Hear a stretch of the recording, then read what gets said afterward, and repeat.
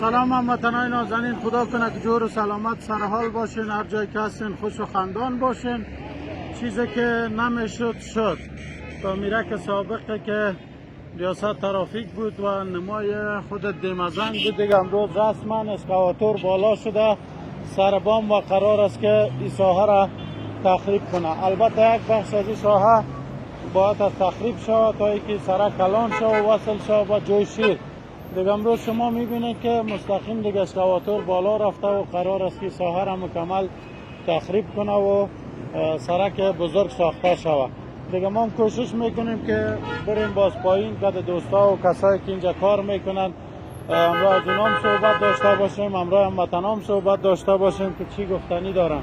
دیگه نقشه سر هر کس که آمد دیگه چی میگن شاه و گدا و دولتی و شخصی و شرکتی ها نداره.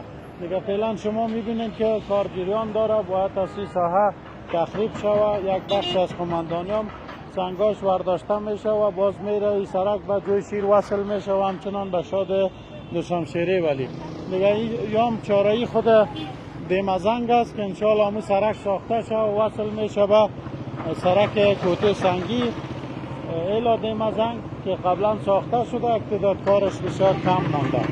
و این هم فکر کنم تا اون جایی که کلکینا است و از این طرف مکمل دیگه تخریباتش شروع شده و از بین میره.